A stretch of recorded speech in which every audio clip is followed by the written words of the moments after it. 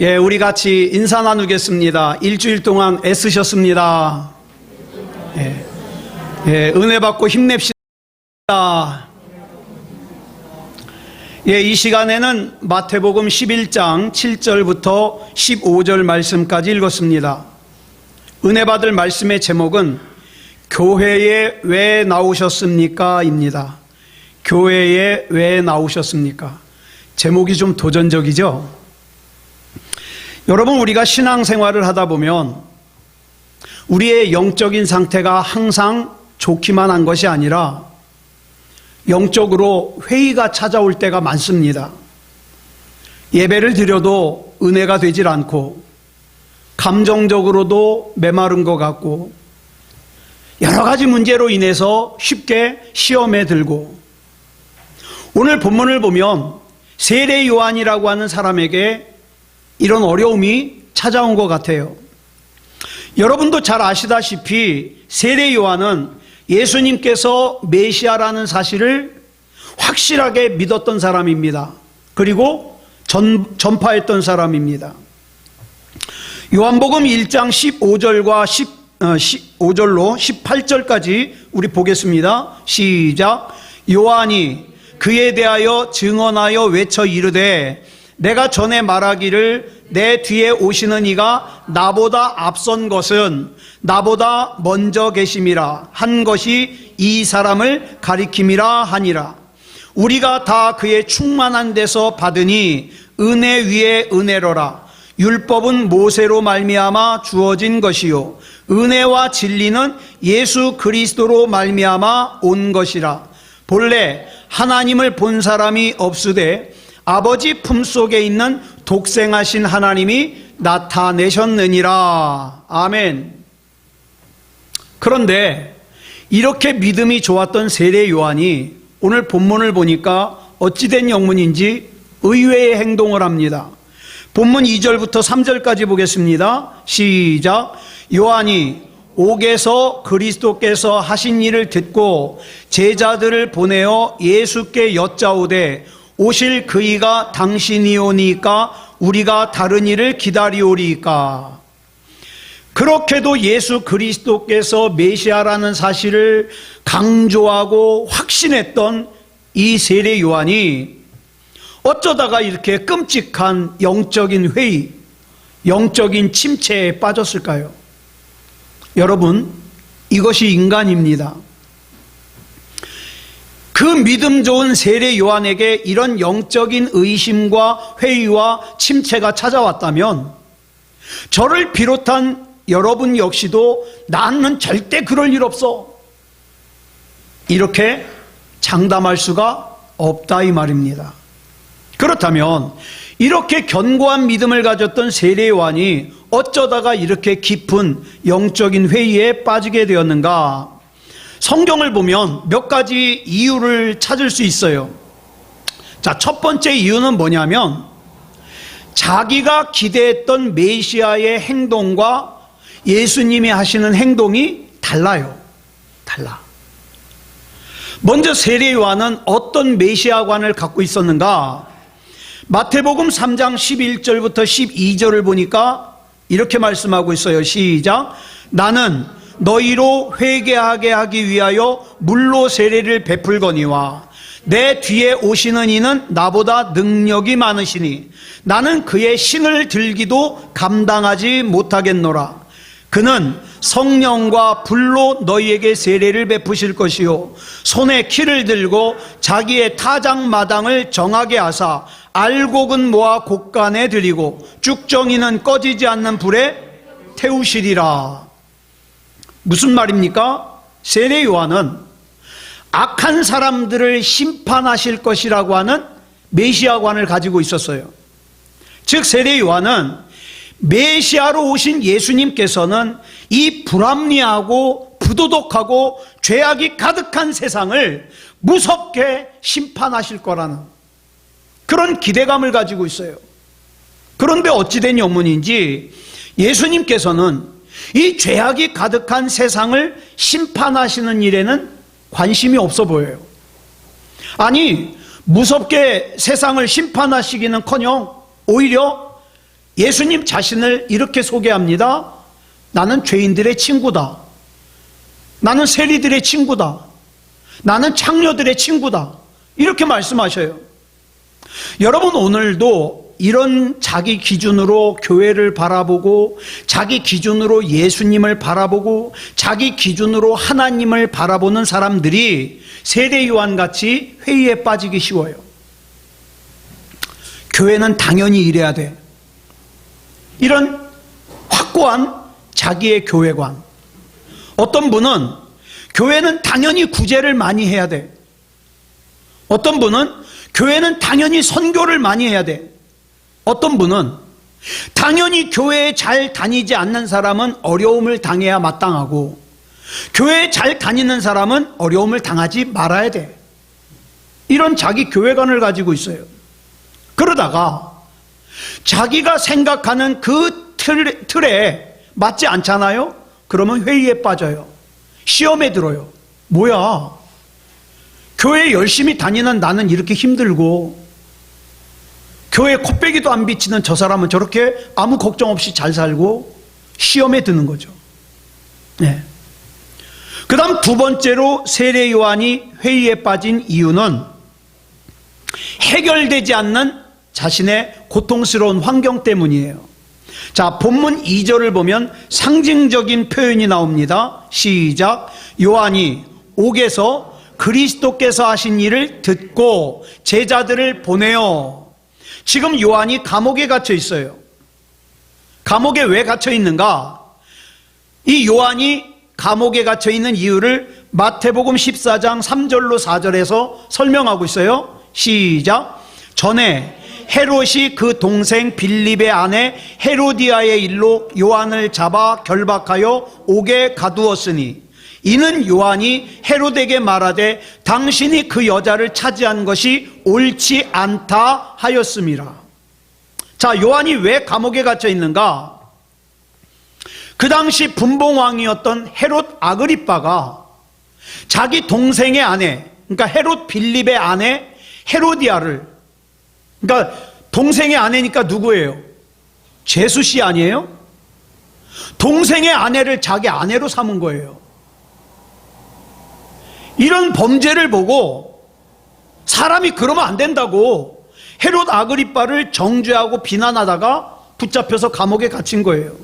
그러니 이런 요한의 마음속에는 어떤 마음이 있느냐? 자, 이렇게 세상을 심판하시는 메시아 예수님께서 오셨으니까 이제 저렇게 추잡한 짓을 하는 헤롯 아그리빠 같은 사람은 심판하시고, 죄를 죄라고 주장하다가 억울하게 감옥에 갇혀 있는 나는 감옥에서 꺼내주실 거야.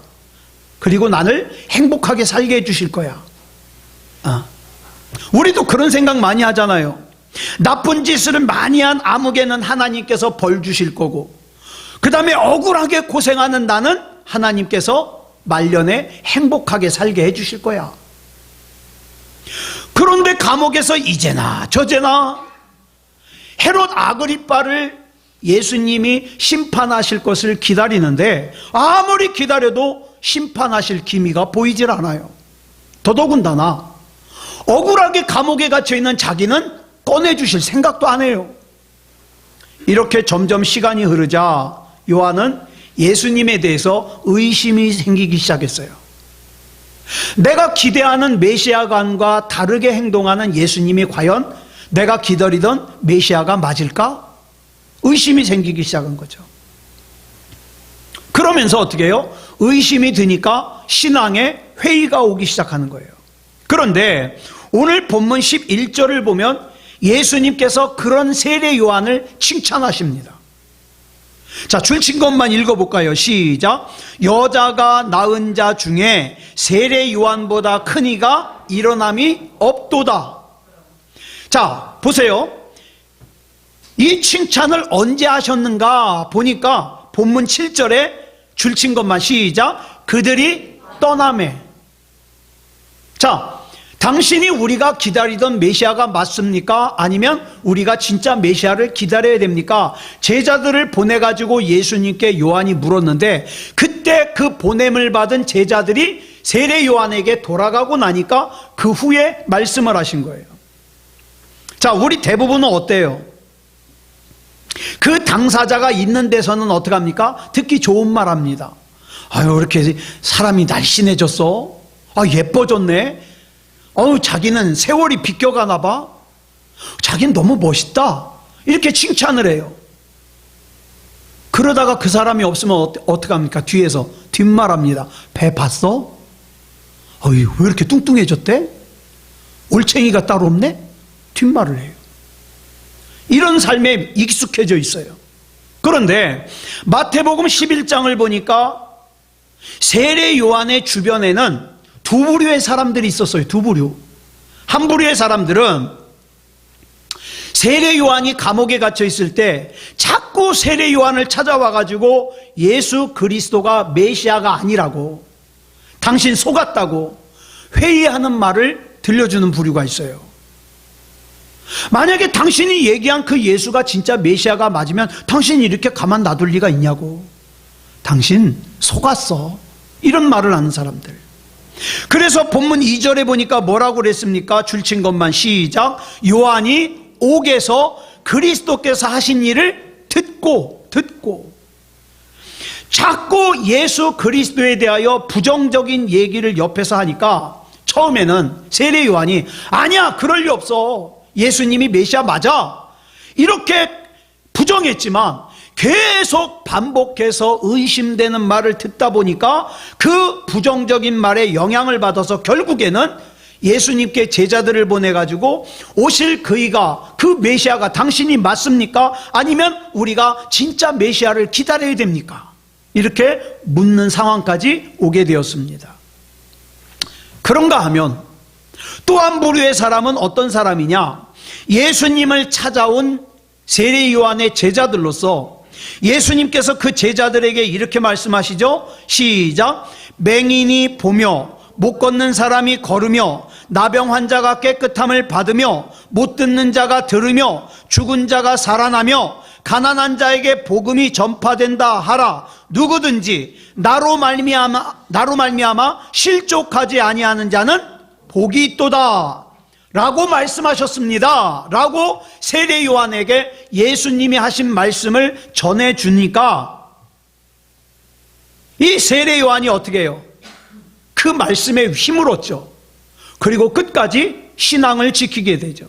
그러니까 한 부류의 사람들은 세례 요한으로 하여금 끊임없이 의심하게 만드는 사람들이 있는가 하면, 또 한 부류의 사람들은 예수님의 말씀을 들은 그대로 세례 요한에게 전달해서 세례 요한 안에 있는 의심과 회의와 침체를 끝나게 만드는 그런 사람들이 있다, 이 말이에요.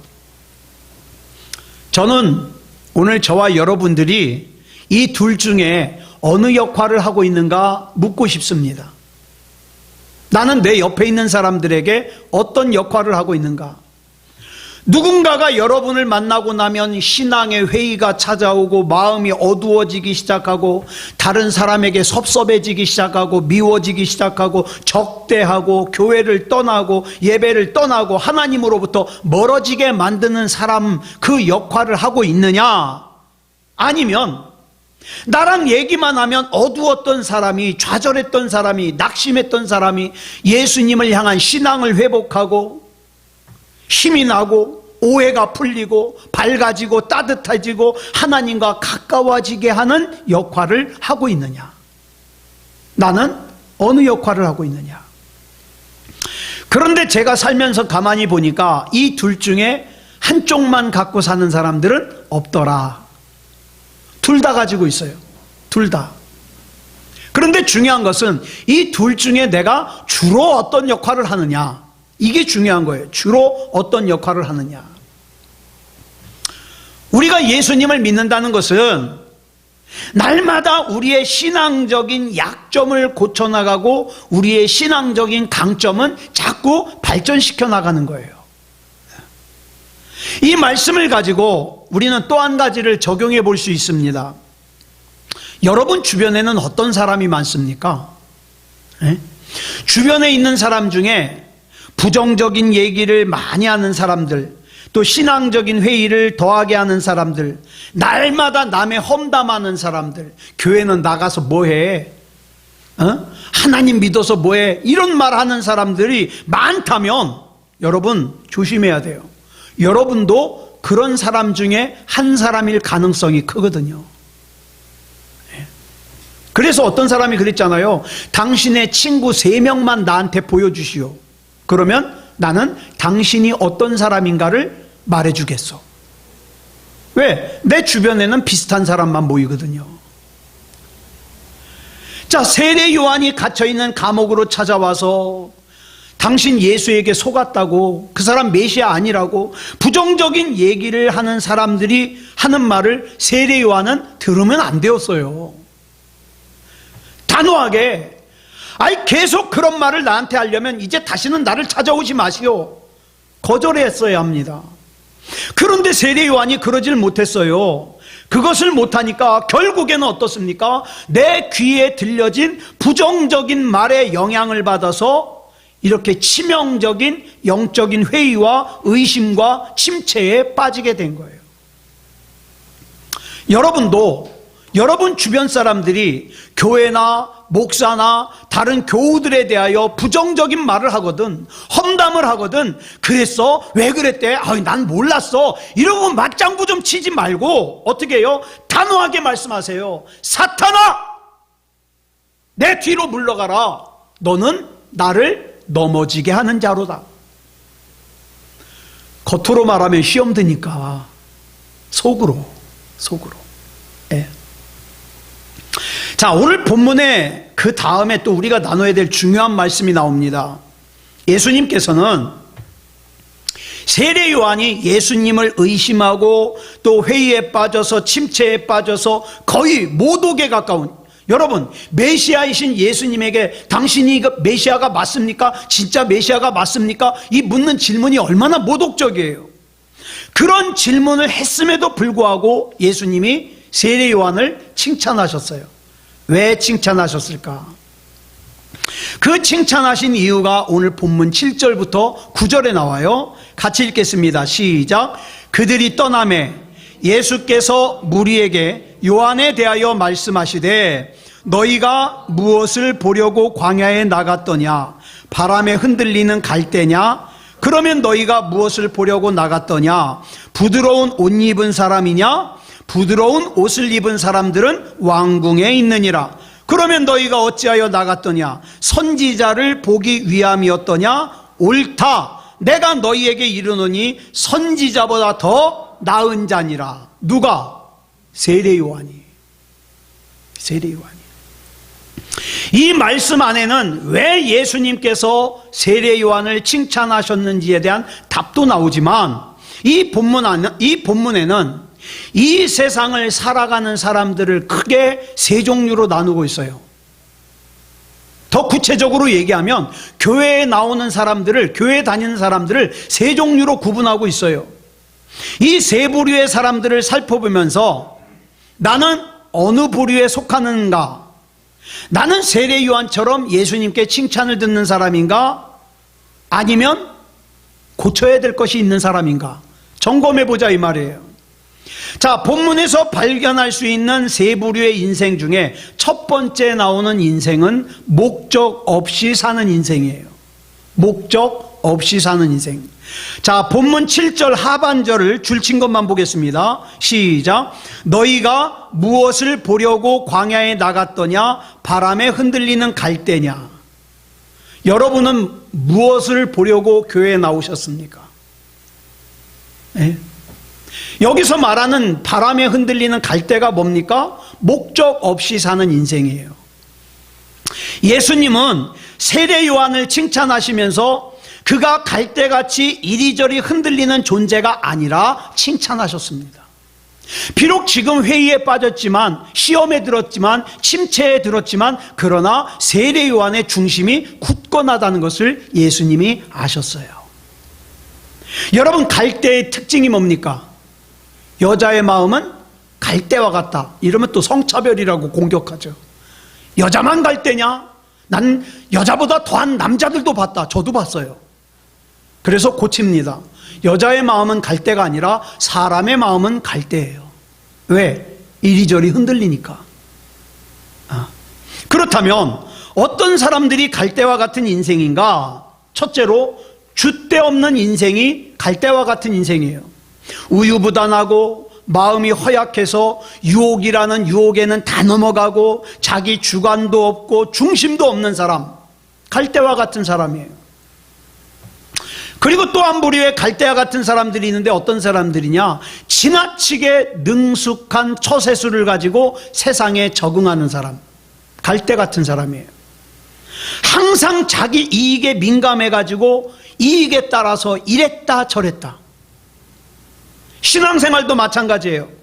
열왕기상 18장 21절을 보면 이런 갈대와 같은 사람들이 등장해요. 같이 읽겠습니다. 시작. 엘리야가 모든 백성에게 가까이 나아가 이르되 너희가 어느 때까지 둘 사이에서 머뭇머뭇하려느냐?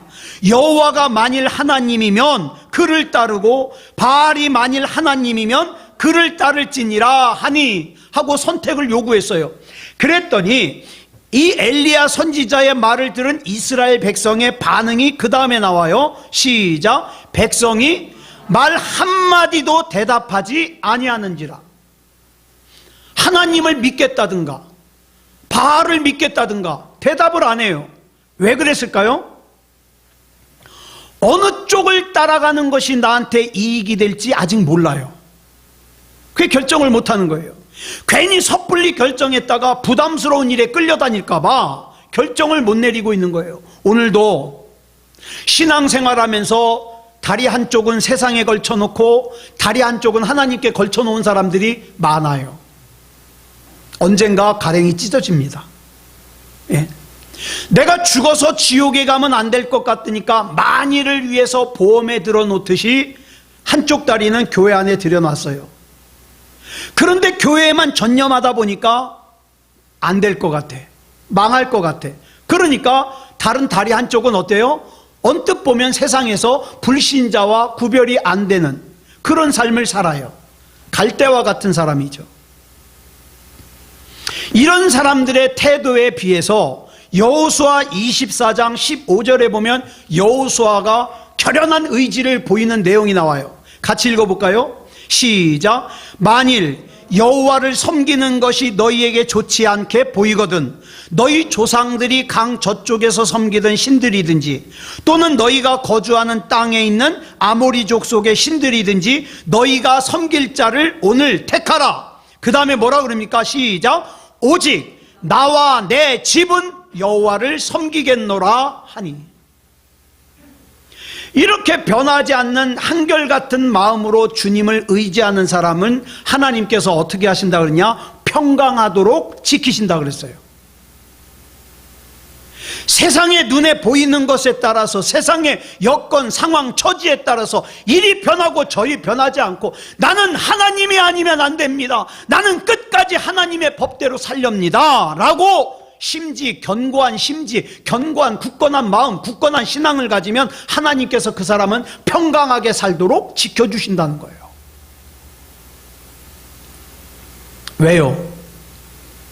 이렇게 심지가 견고하게 산다는 건 곧 무슨 뜻입니까? 하나님을 신뢰한다는 뜻이기 때문에.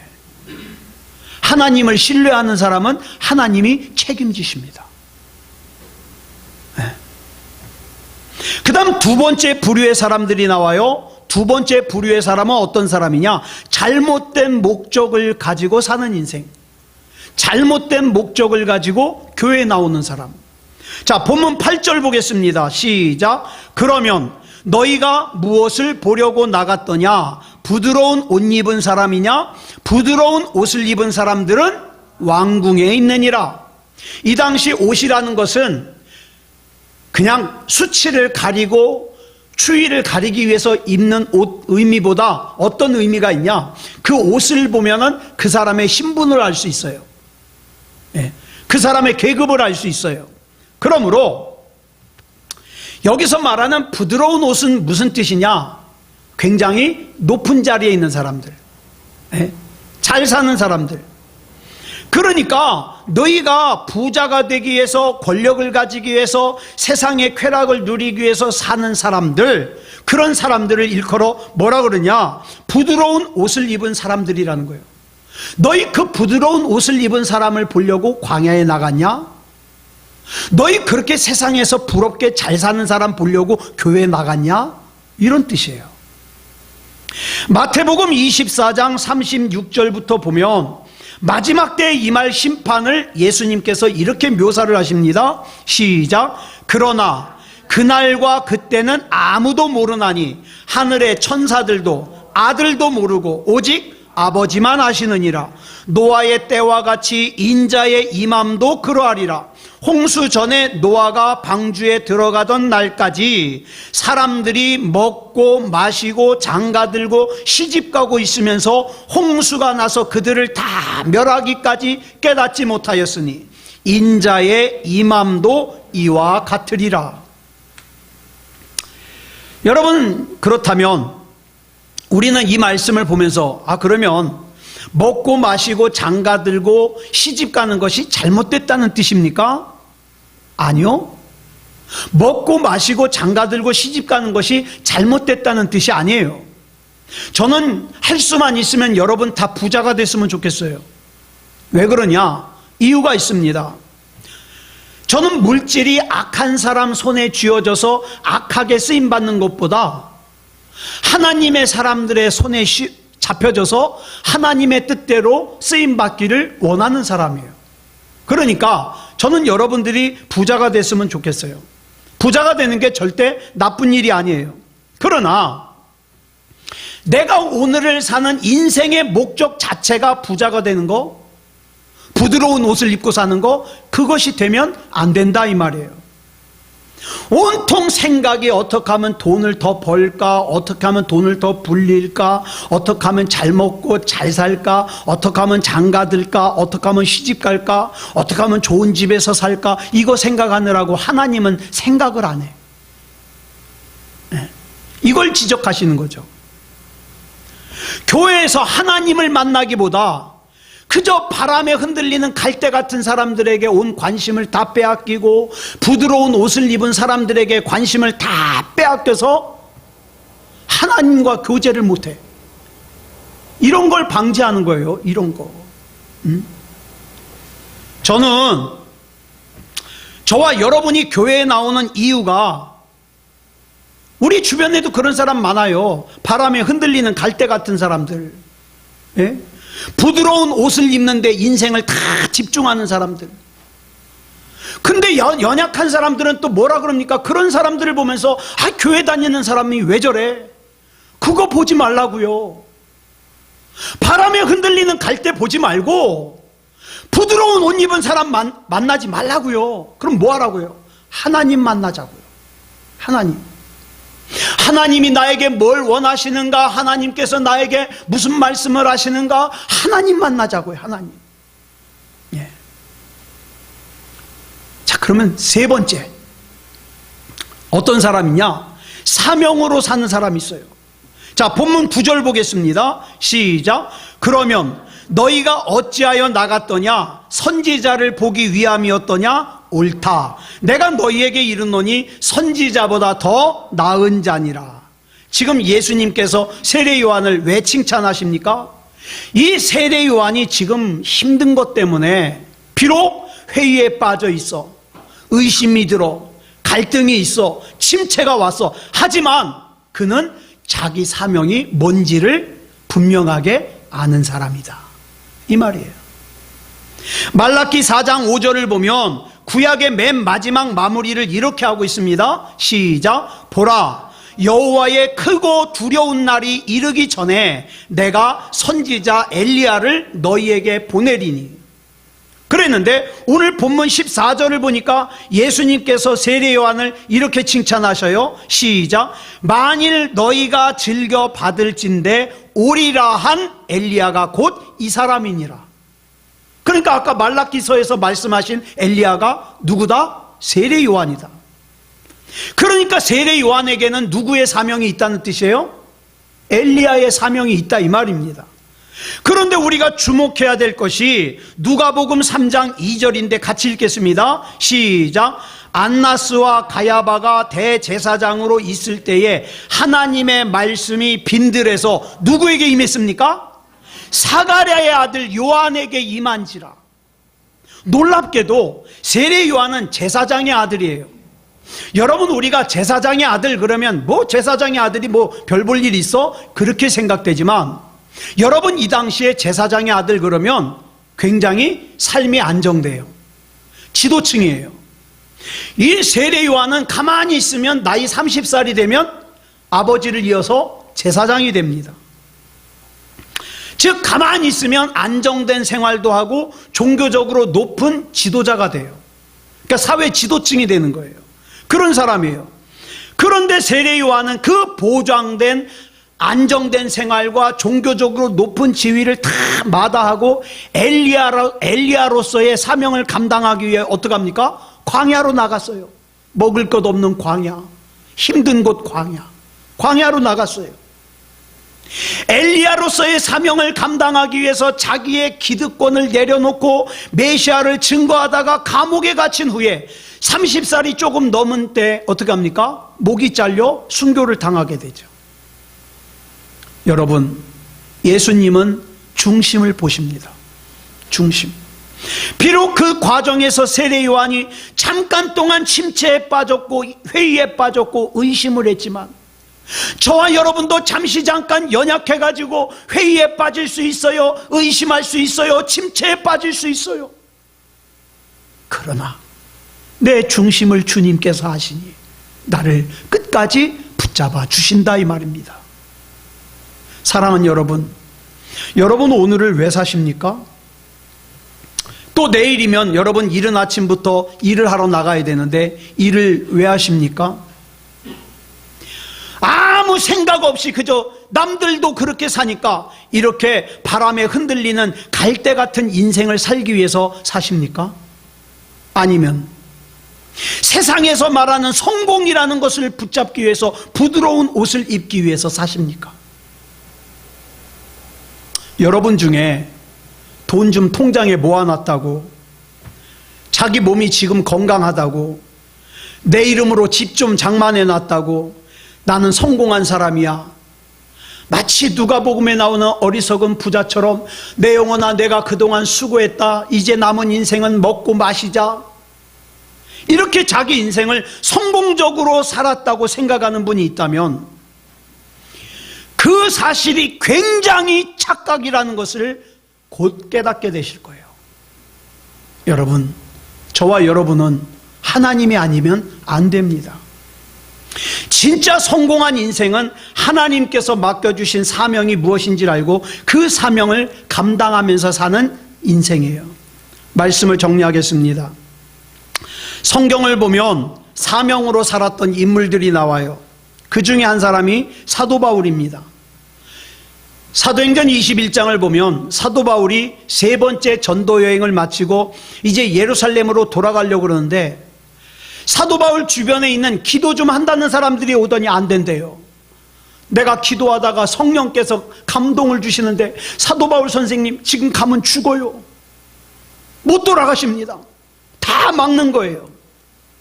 그래도 사도 바울이 그 모든 만류를 뿌리치고 예루살렘으로 돌아가려고 그랬더니 유대로부터 그 당시 유명한 선지자예요. 아가보라고 하는 유명한 선지자가 오더니 막 자기 팔을 갖다가 묶으라 그러더니 사도 바울 보고 당신 가면 이렇게 돼.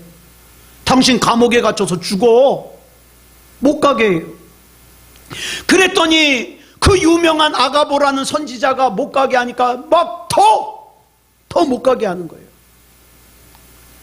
만약 이때 사도 바울이 바람에 흔들리는 갈대 같은 사람이었다면, 부드러운 옷을 입기 위한 사람이었다면 예루살렘으로 안 돌아갔습니다. 이건 뭐 다 잘 살자고 하는 짓이지, 행복하자고 하는 짓이지, 뻔히 죽을 걸 알면서 왜 가? 그러고 안 갔을 거예요. 그러나 사명으로 사는 사람이었던 사도 바울이 사도행전 21장 13절에서 이렇게 말합니다. 시작. 바울이 대답하되 여러분이 어찌하여 울어 내 마음을 상하게 하느냐? 나는 주 예수의 이름을 위하여 결박당할 뿐 아니라 예루살렘에서 죽을 것도 각오하였노라 하니. 여러분, 다시 묻습니다. 교회에 왜 나오셨습니까? 여러분, 사명에 끌려다니는 사람이 아니면 불편하면 안 나오죠. 부담스러우면 안 나오죠. 근데 교회에 왜 나오셨어요? 사람들을 만나서 친목하기 위해서 나오셨습니까? 그러면 실망할 거예요. 내가 성공했나 네가 성공했나 비교하기 위해서 나왔습니까? 반드시 실망할 겁니다. 왜? 나보다 성공한 사람 반드시 있으니까. 그러면 왜 나오셨습니까? 하나님의 말씀을 듣기 위해서 나오셨습니까? 인생의 목표를 하나님께 두기 위해서 나오셨습니까? 그러면 잘 나오셨습니다. 여러분, 우리 교회는 다른 거 자랑할 거 없어요. 허나 한 가지, 조금이라도 더 하나님께 나아갑시다. 하나님의 말씀을 붙듭시다. 이 마지막 때에 교회다운 교회가 되자고요. 그래서 우리 하나님 앞에 귀하게 쓰임받는 저와 여러분과 우리 교회가 되기를 그리스도 예수님의 이름으로 축복합니다. 기도하겠습니다. 사랑의 아버지 하나님, 감사합니다. 하나님의 은혜 가운데 인도하여 주셔서 오늘 시험에 든, 회의에 빠진, 침체에 빠진 사도 요한을 우리가 살펴보았습니다. 이 세례 요한이 침체에 빠졌지만 그 중심이 사명에 잡힌 사람이라는 걸 주님이 아시고 칭찬하셨습니다. 우리의 중심도 하나님께 인정받았으면 좋겠습니다. 하나님, 변하지 않으렵니다. 끝까지 믿음이렵니다. 하나님 앞에 끝까지 쓰임받기 원합니다. 하나님, 붙잡아 주시옵소서. 이렇게 쓰임받기를 원합니다. 이렇게 사명으로 사는 사람, 건강 하나님께서 책임져 주시옵소서. 필요한 물질도 하나님이 책임져 주시옵소서. 우리의 삶을 통해서 하나님 영광 받아 주시옵소서. 우리 하나님께서 책임져 주실 줄 믿사오며 그리스도 예수님의 이름으로 감사하며 기도드려 싸움나이다. 아멘.